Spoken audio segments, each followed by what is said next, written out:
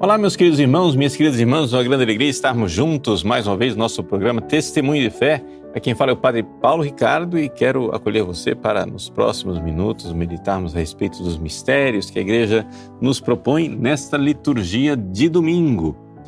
Neste domingo, dia 30 de maio, nós celebramos a solenidade da Santíssima Trindade. É interessante nós notarmos que logo depois de termos comemorado Pentecostes, o Espírito Santo derramado em nossos corações, a Igreja então quer contemplar agora o mistério inteiro da Santíssima Trindade. Agora, é muito difícil a gente falar da Santíssima Trindade, né? Por quê? Porque uma vez que a gente tenta revestir de linguagem humana o mistério insondável de Deus que é Pai, Filho e Espírito Santo, um só Deus em três pessoas realmente distintas, as pessoas que olham para isso somente como um conhecimento livresco, digamos assim, tendem a desprezar o mistério da Santíssima Trindade. Foi o que aconteceu historicamente, por exemplo, com grandes filósofos como Immanuel Kant.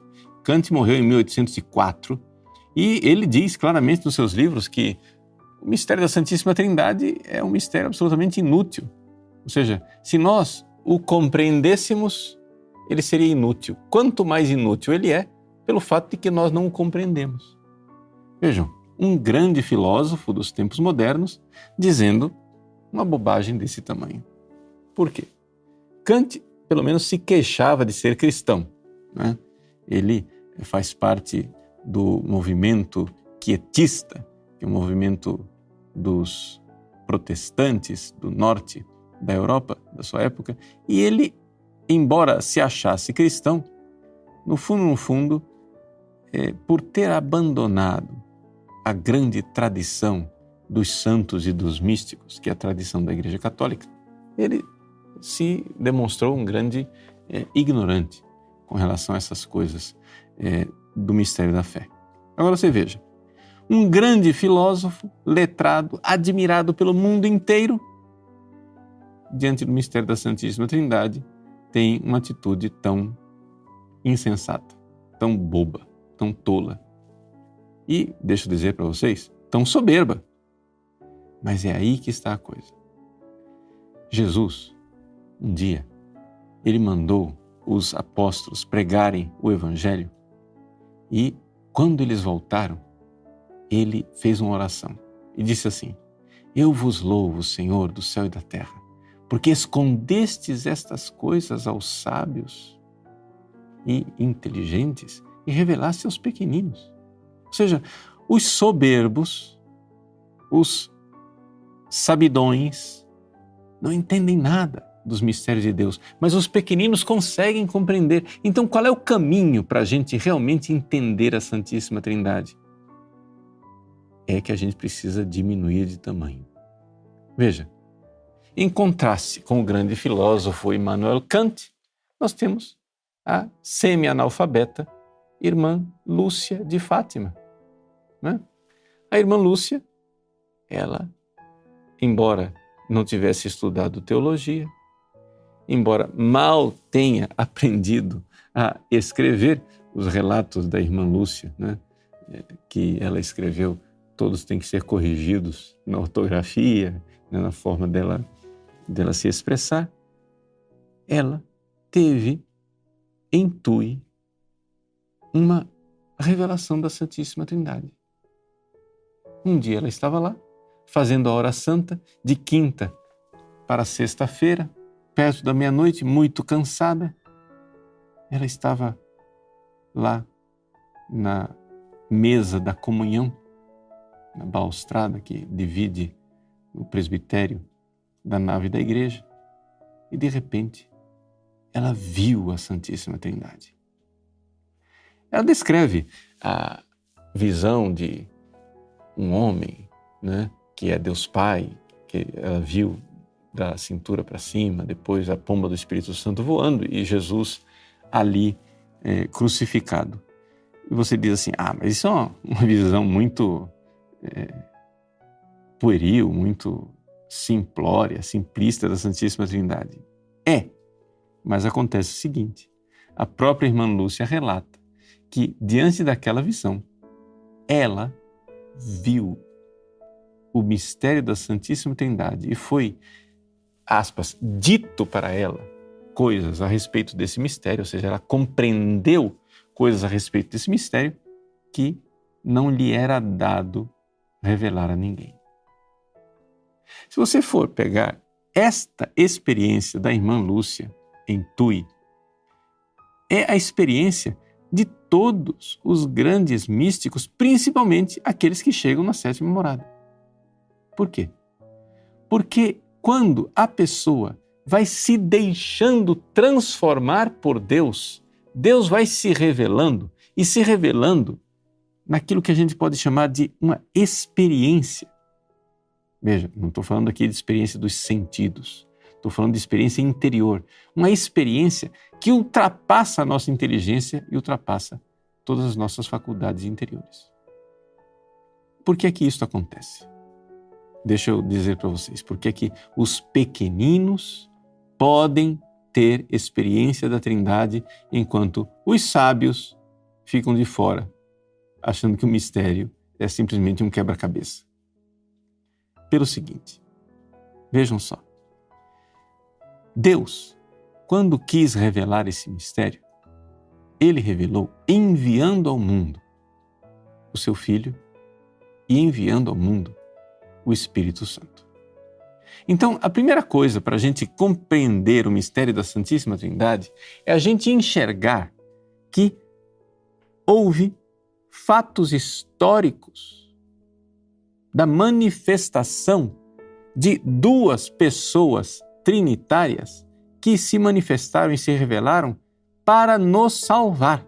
Houve acontecimentos salvíficos, ou seja, o Filho de Deus, a segunda pessoa da Santíssima Trindade, se fez homem, igual a nós em tudo, exceto no pecado. Então, nós vimos historicamente que existe uma pessoa divina que olha para o céu e diz, Pai, e chama Deus de Pai. E tem ali um diálogo. Por exemplo, no batismo de Jesus, o céu se abre e então o Pai de lá do céu diz, eis o meu Filho muito amado. Em outras versões do Evangelho, tu és o meu Filho muito amado. É um diálogo. Não somente isso. No Monte Tabor, quando Jesus se transfigura para os apóstolos para mostrar quem Ele é, Ele mostra que debaixo das aparências humildes da sua humanidade, existe o esplendor e a glória divina e Ele deixa que esta glória transpareça no Monte Tabor. O Espírito Santo que no batismo se manifestou como pomba, no Monte Tabor se manifesta como nuvem. E a voz diz novamente, este é o meu Filho, escutai-o. Vejam, meus queridos, Deus enviou o seu Filho e o seu Filho se fez carne, ou seja, Ele assumiu, Ele criou uma humanidade, corpo e alma para si. Isso é um acontecimento histórico, ninguém pode negar isso. Segunda coisa, este mesmo Filho, na última ceia, disse, olha, convém para vocês que eu vá, para que venha o Espírito Santo. E então houve um outro acontecimento histórico.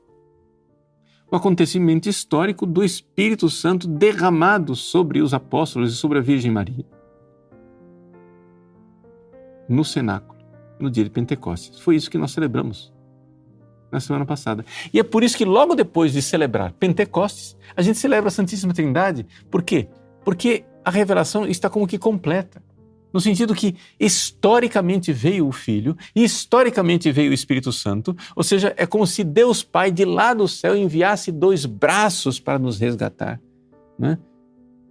Para nos abraçar no mundo, enviando duas pessoas divinas, o Filho e o Espírito Santo. Nós, agora, salvos por Jesus e santificados pelo Espírito Santo, nós então começamos a trilhar este caminho. Este caminho em que o Espírito Santo vai gerando em nós o Filho Jesus. Nós, como verdadeiros membros do corpo de Cristo, vamos sendo gerados e transformados. Essas transformações, na teologia católica, são os estágios da santidade, aquilo que nós chamamos de moradas. Nós falamos um pouco de moradas na semana passada, quando falamos de Pentecostes, que Pentecostes era pelo menos chegar na quinta morada. Hoje, na festa da Santíssima Trindade, nós temos que dizer que, no fundo, para os santos, o mistério da Santíssima Trindade, ele só se revela plenamente quando todo o processo de transformação chega a cabo naquilo que nós chamamos de sétima morada. É o máximo da transformação que um santo pode viver aqui na Terra. É claro que, vejam só, entendam bem, uma vez que o santo chegou na sétima morada, não quer dizer que ele deixa de progredir. Ele continua progredindo na caridade, mas é que não é mais uma transformação, é um progresso somente. Veja, e o que significa essa história de sétima morada? Padre, explica para nós, porque eu não entendo nada de morada. Não entendo nada desse negócio. Acontece o seguinte, gente. Veja, nós todos temos dentro de nós Deus Pai, Deus Filho, Deus Espírito Santo que habita dentro de nós. E se nós estamos em estado de graça, se nós estamos na amizade com Deus, Deus habita dentro de nós como amigo. É o mistério da inabitação que todos nós temos. Só que, veja, eu digo isso para você, você toma notícia disso, aprende, anota aí no seu caderninho, Deus habita no meu coração. Pronto, aprendi uma lição de catecismo, mas você não experimenta isso. O que é a coisa? Você não tem experiência disso. Eu digo para você que Deus habita no seu coração, mas você não sabe o que é isso. É como se eu dissesse para você, olha, você tem um fígado. Mas você nunca viu o seu fígado. Está dentro de você, mas você não tem experiência do fígado. Aí um belo dia, você começa a sentir uma dor. Nossa, o que está acontecendo? Tem algum problema no fígado. Então você tem notícia daquilo que sempre teve lá. Você teve fígado desde que nasceu, só que nunca sentiu ele. Quando começa a sentir o fígado é porque o problema está grande, né? Ele estava lá, mas você não tinha experiência dele. A mesma coisa, desculpa a comparação é meio besta, mas é só para você entender. A mesma coisa é a história da Santíssima Trindade. Está dentro de você. Mas você não faz ideia de que esteja lá. E se eu digo para você que você tem fígado, você toma notícia do fígado, mas você não experimentou seu fígado. Se você sente a dor, você começou a ter uma experiência. Pois bem, os santos, eles vão progredindo, eles vão se transformando, eles vão ficando tão semelhantes a Jesus. O coração deles vai se transformando num coração tão semelhante ao coração de Jesus que chega num estágio de transformação, de configuração, de união com o coração de Jesus, que eles começam a fazer experiência da Trindade. É isso que acontece. A realidade da sétima morada, né, na teologia católica, a gente chama de matrimônio espiritual. Por quê? Porque a alma da pessoa, o coração da pessoa que está no caminho de santidade, se une a tal ponto com a alma de Jesus, que a pessoa, então, começa a ter as experiências da alma de Jesus. Claro que com limites, mas começa a ter essas experiências da alma de Jesus. Ou seja, de ver realmente, de forma experimental, o Pai, o Filho e o Espírito Santo dentro de nossa alma. Você vai chegar e dizer assim, padre, mas como é que isso acontece? Bom, primeiro, quando eu digo ver, eu não estou dizendo que a pessoa vê com os olhos do corpo, é evidente. E, para ser sincero, eu também não estou dizendo que a pessoa vê com o seu intelecto. Porque é uma coisa que ultrapassa a inteligência humana. Realmente, a melhor palavra para colocar isso é experiência. Ou seja, os santos experimentam aquilo que aprenderam no catecismo.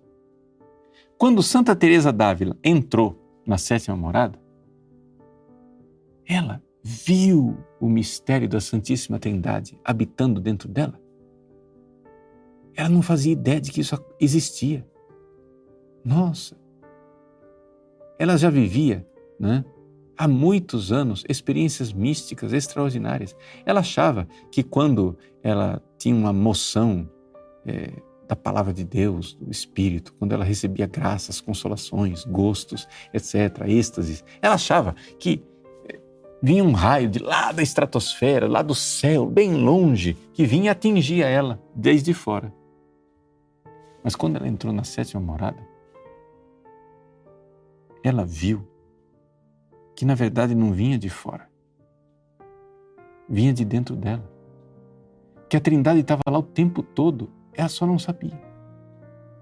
A Trindade estava lá agindo dentro dela o tempo todo, ela só não experimentava, e agora ela estava experimentando. E ela então exclama, alegre, feliz, contente, dizendo assim: gente, o catecismo é verdade. É verdade, é do jeitinho que está no catecismo. É um só Deus e 3 pessoas. Aí quando você vê uma pessoa, você vê as outras 2. Quando você vê a outra, você vê as outras 2. Quer dizer, é um negócio maravilhoso. Um mistério de amor que habita dentro de nós. Meus queridos, quando nós, neste domingo, nos aproximamos da celebração do mistério da Santíssima Trindade, nós não estamos celebrando uma coisa, um teorema matemático insolúvel que não nos diz respeito. E nem estamos aqui diante de um quebra-cabeça. Sabe o que você está celebrando? Quando você celebra a Santíssima Trindade, você está celebrando o mistério mais íntimo do seu próprio ser. Ou seja, está dentro de você, mais íntimo do que você mesmo, na raiz do seu ser, de onde brota o que você é. Você brota da Santíssima Trindade, de Deus, que transmite a você, no mistério de amor, o seu próprio ser. E Ele faz isso dando não somente a sua natureza, mas a nós cristãos, que estamos em estado de graça, Ele nos dá também as graças para nós vivermos, já aqui na Terra, um pouco da própria vida da Trindade. Gente, que vida é essa que você anda levando? Veja, espero em Deus que você não esteja em pecado mortal. Mas se você não está em pecado mortal, se você está na graça, mas olha para a sua vida, para o seu dia a dia. A maior parte das pessoas vive, embora esteja em estado de graça, a pessoa vive esquecida de Deus, como se Deus fosse um detalhe, como se Deus fosse uma coisa que a gente se lembra de vez em quando. Ah, tem Deus, né? Peraí, deixa eu dar uma rezadinha aqui. Mas na verdade, gente, tudo isso acontece, sabe por quê? Porque você está muito longe de você mesmo. Você vive alienado. Você vive debruçado em coisas que levam você para longe de você. Para países distantes do seu próprio ser. E quanto mais distante você vai saindo do ser e vai caindo no não ser, que é o pecado, que é a morte eterna. Mas volte para você mesmo. Você não está com saudade de você? Volte para você. Leve uma vida de oração. Procure realmente mergulhar na verdade de Deus a seu respeito e você vai encontrar que dentro de você, Deus habita e convida você constantemente. Convida você constantemente para estar em comunhão com Ele, para amá-lo, porque Ele ama você e ama infinitamente. Então, na prática, celebrar a Santíssima Trindade é celebrar a nossa pátria, é celebrar o lugar onde nós somos nós mesmos. Esse mundo lá fora, onde você se agita, onde você vive preocupado com tantas coisas, é o mundo onde você é estrangeiro. Você não nota que você é estrangeiro nesse mundo? Você não nota que tudo que você procura para satisfazer você termina numa amarga decepção de insatisfação? Você não nota que não adianta ficar batendo a cabeça, procurando lá fora a felicidade que na verdade está dentro de você? Nós então nos recordamos de Santo Agostinho. Santo Agostinho, que viveu uma vida devassa, promíscua, longe de Deus durante tanto tempo, ele diz: tarde te amei, ó beleza tão antiga, tarde te amei. Eu te buscava fora e estavas dentro. Tudo aquilo que Santo Agostinho buscava fora, a felicidade que ele buscava nas suas pesquisas filosóficas, na sua busca de fama, de carreira, de sucesso, de dinheiro, de mulheres, de prazeres, tudo que ele buscava fora era bobagem. Só estava, quando ele buscou Deus nas suas formosuras, ele saiu deformado. Deus estava dentro. E Deus chamava Agostinho o tempo todo. Deus infinito, Deus de amor, Deus Trindade. É isso que Santo Agostinho diz: fizeste-nos para vós, e o nosso coração está inquieto, enquanto não repousa em vós. Meus queridos, mesmo que nós não tenhamos alcançado a sétima morada e não tenhamos a experiência da Trindade, todos nós, neste domingo, somos chamados a mergulhar na profundidade de nossas almas para chegar e dizer para Deus: meu Senhor, Trindade, Pai, Filho e Espírito Santo, vós estáis aqui no meu coração como amigo. Senhor, que eu não me perca nas lonjuras que me afastam de mim e me afastam de vós. Dai-me, Senhor, cada vez mais crescer na vida interior, buscando esta verdade que está dentro de mim, esta felicidade de Deus de amor que se derramou em nossos corações para nos dar a felicidade eterna. Meus queridos, que alegria! Nós somos chamados a viver a felicidade, mas não a felicidade qualquer. Não é a felicidade de que Adão e Eva perderam no paraíso. É uma outra felicidade. A felicidade do Pai, a felicidade do Filho, a felicidade do Espírito Santo. E isto que os santos experimentam aqui nesse mundo, com a sétima morada, um dia, eu e você, iremos contemplar no céu. Você já parou para pensar que coisa linda? Nós um dia veremos a Trindade. Nós veremos o Filho sendo gerado na eternidade.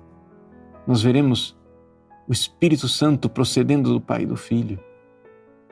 E então a Trindade, sem deixar de ser mistério, será para nós pátria, felicidade, consolação e vida plena. Porque nós nascemos para isso.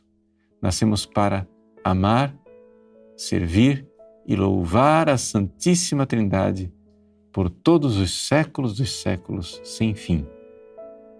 Amém. Que Deus abençoe você. Em nome do Pai e do Filho e do Espírito Santo. Amém.